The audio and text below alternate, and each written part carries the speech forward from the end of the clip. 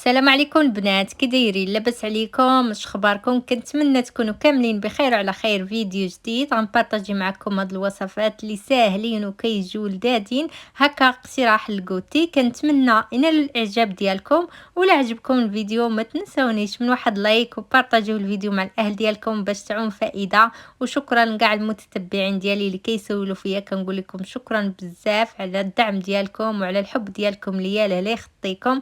ان شاء الله غنرجع معكم وغنبدا ننزل لكم فيديو كل نهار. يلا البنات خليكم مع الفيديو حتى الاخير، ما تمشيو فيه. اول حاجه غنبداو بها هو ميني كيك اللي كيجيو غزالين وغير بجوج بيضات. هنا كناخذ واحد الاناء اللي كنضيف فيه شويه الملحه، كنضيف خنيشه ديال الفاني، وكنضيفوا جوج حبات ديال البيض اللي كيكونوا بحراره المطبخ. غنضيف عليهم نص كاس ديال سكر سنيده او 3 معالق اللي كيكونوا عامرين مزيان، وكنخلطوهم بالخلاط اليدوي او الخلاط الكهربائي اللي متوفر عندكم. بعد ما كنخلط البيض مع السكر كنضيف نص كاس ديال زيت نباتيه مع كاس ديال الحليب اللي كيكون عادي البنات، الحليب ما يكونش بارد من الثلاجه، يكون بحراره المطبخ. وكنمزج الخليط كما كتلاحظوا معايا، وغنبدا نضيف الطحين بالتدريج كما غتشوفوا معايا في الفيديو. هاد الميني كيك كيجيو غزالين هشاشين وكيخرجوا واحد الكميه كثيره بالنسبه للاخوات. هكا المدرسه راه مبقى ليها والو، اليوم السبت وغدا الحد وان شاء الله الاثنين غتبدا المدرسه. كنحتاجوا هكا اقتراحات الكوتي. هنا غنحتاجو خماره وحده البنات ديال الحلوى، والطحين كيبقى على حساب الخليط. هادو هما المقادير اللي غنحتاجو. غنبدا نضيف بشويه بشويه حتى كيتجمع لي الخليط كما غتلاحظوا في الصوره. بعد ما كنخلط الخليط البنات كيصبح عندي على هذا الشكل، ما كيكونش ثقيل بزاف وما كيكونش خفيف. هنايا بعد اللي كنهزو بالملعقه كيكون على هذا الشكل. وكناخذوا ليمون اللي دهنتهم بالزبده ورشيتهم بالطحين. تقدروا تستعملوا اي نوع من الليمون عندكم، انا خديت هادو البنات. وغنحتاجوا واحد الحبه ديال التفاحه اللي ما ذكرتهاش مع المقادير. كنضيف واحد الكميه، ما نعمروهمش، غير كميه قليله البنات، نخليو تقريبا نص باش يبقى فين يخمروا وما يفيدوش هكا يضاعف الحجم ديالهم.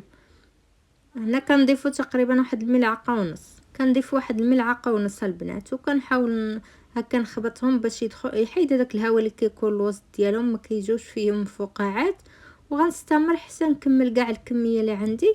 وغتشوفوا معايا غنزينهم بالتفاح. بالنسبه للتزيين تقدروا حتى تخرجوهم وتقلبوهم وتضيفوا فيهم اي نوع من الكريمه. انا زينت لهم الوجه ديالهم البنات بالتفاح، خديت واحد الحبه ديال التفاح.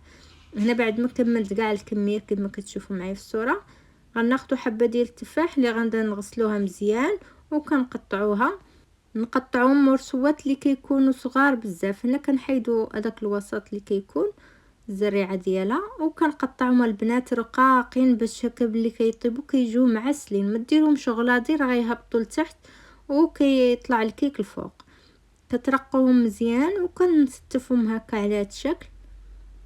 بالنسبه للاخوات اللي ما بغاوش يضيفوا التفاح وكانوا استعملتوا هاد الليمون اللي استعملت انا، تخرجوهم وزينوهم، قلبوهم وزينوهم هكا باي نوع من الكريمه زينوهم به.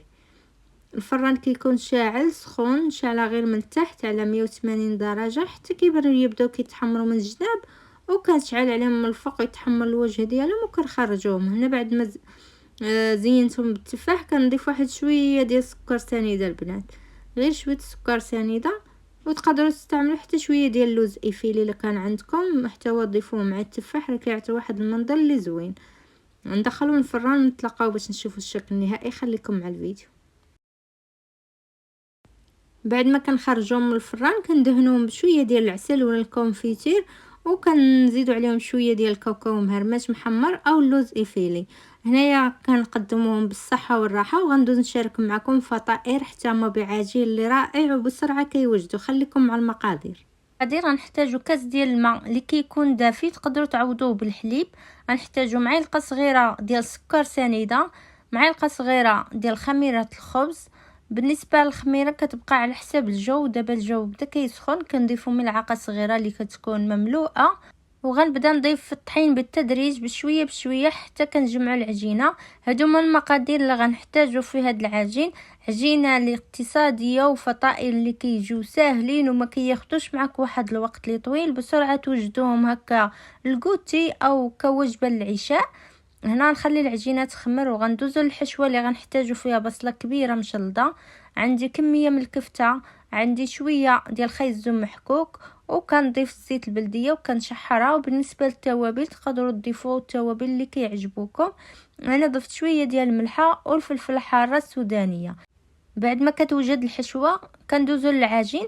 بالنسبه للعجينه ما تحتاج تخمر المره الثانيه، مباشره بعد ما كنوجدوا الحشوه كندوزو نعمروهم.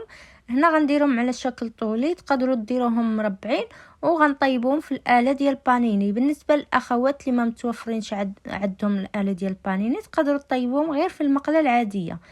هنا كنحاول نبسط العجينه كما كتشوفوا معايا في الصوره، وغنضيف كميه من الحشوه. بالنسبه للحشوه كتبقى اختياريه. هاد العجينه البنات كتجي قطنيه، ما كتجيش معجنه نهائيا كما غتلاحظوا معايا في اخر الفيديو. غنحل معكم تشوفوا العجين كيجي منفوخ وخاوي من الداخل والحشوه لذيذه. هنا كنعمرها، كنضيف كميه من الحشوه. انا استعملت غير 4 الخبيزات. بالنسبه للاخوات اللي بغاو كميه كثيره يضاعفوا المقادير ديال العجين. نخلي لكم ان شاء الله مكتوبين في صندوق الوصف. هنا كنسدوا العجينه مزيان باش ما تحلش معنا في الاله ديال البانيني. بعد ما كنسدوها هنا كنسدوهم كما كتشوفوا، كنحاول نضغط مزيان على العجين باش كيتسد. ما نستعملوش الزيت لان الزيت ما كيساعدناش باش تسد لينا العجينه. هنا غنسد العجين الثاني بنفس الطريقه، لان الاله ديال البانيني كتهز ليا غير 2 خبيزات، ولا استعملتهم هكايا صغارين راه تهز لكم 4. بالنسبه لهاد الخبيزات البنات انا درتهم حجم كبير، الا بغيتو تصغروهم راه غتخرج لكم 8 الخبيزات. هنا غنديرهم في الاله ديال البانيني بعد ما كتسخن مزيان. كنسخنوها في الاول وكنضيف فيها هكا الخبيزات. كنحاول نقرصهم شويه لان مازال غنضغطوا عليهم وكيتقرصوا كما كتشوفوا. كنبغوا نرميهم في الاله ديال البانيني عاده كنعمروهم باش ما يترخاوش لينا البنات، لان العجينه مرخوفه ولا خليناهم عامرين غيترخاو معنا. بعد ما كتبان ليا بدا كيتحمر كنحاول نقلبوا على الجهه الثانيه، كتجي واحد الطبقه اللي مقرمله وفي نفس الوقت كيجيو رطبين. هنا عمرت الخبيزات اللي تبقاو ليا، ونخلي هادو حتى كيتحمروا مزيان وكنحيدهم من الاله وكنرمي الثانيين. كما كتشوفوا معايا البنات كتجيو محمرين والطبقه مقرمله وما كيجوش معجنين نهائيا كما غتشوفوا معايا في اخر الفيديو. كنتمنى تعجبكم الوصفه ديال اليوم. ما تنسونيش من لايك وبارطاجيو الفيديو مع الاهل ديالكم باش تعم فائده. لا عجبتكم هذه الوصفه ان شاء الله نبقى ننزل لكم وصفات الكوتي وحتى العشاء ان شاء الله. هانتوما البنات كيجيو خبيزات او ساندويشات اللي ساهلين، ما خدوش معايا تقريبا واحد المده ديال ساعه. غير بين ما وجدتوا العجينه والحشوه كدوزو تعمروهم، ما ياخدوش معكم واحد الوقت طويل. هنا غنستمر حتى نكمل هادو اللي باقي ليا ونشوفوا الشكل النهائي. بعد ما كنطيبهم البنات انا رافقتهم بشويه ديال البطاطا سلقتها غير نص سلقه ودخلتها للفران، دهنتها بشويه الزيت ورشيت عليها شويه ديال الزعتر ودخلتها للفران تحمرات كما كتشوفوا معايا الصوره. كنقدموها معاهم. وهادو هما الخبيزات بعد ما طيبتهم راه كتجي واحد الطبقه اللي مقرمله وفي نفس الوقت كيجوا رطبين. هانتوما البنات. بالنسبه لواحد الاخت شاركت معكم بطيبيطات معمرين بنفس الطريقه وقالت لي كيجيو معجنين. هانتوما العجينه البنات راه كتجي خاويه وكتجي مقطنه وزوينه. كنتمنى ينال الاعجاب ديالكم. هنا نقول لكم السلام عليكم، تهلاو في راسكم، تلاقاو في فيديو جاي. السلام عليكم ورحمه الله وبركاته.